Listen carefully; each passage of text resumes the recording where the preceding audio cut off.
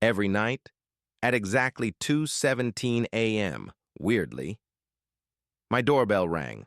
Not loud, not urgent, just one soft ring, like someone patient, standing right outside.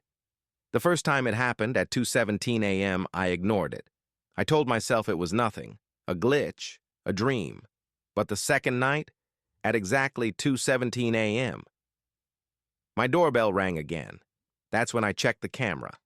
The porch was empty. No footsteps, no movement, just my front door, waiting. On the third night, at 2:17 a.m., the doorbell rang, and my phone vibrated at the same time. Motion detected. When I opened the live feed, my door was already open, and I was standing outside, staring into the camera, perfectly still, same clothes I was wearing now, same face, but my smile was wrong, too wide. I dropped my phone. Then, at exactly 2:17 a.m., my doorbell rang again. This time, it wasn't coming from outside. It was coming from my bedroom door.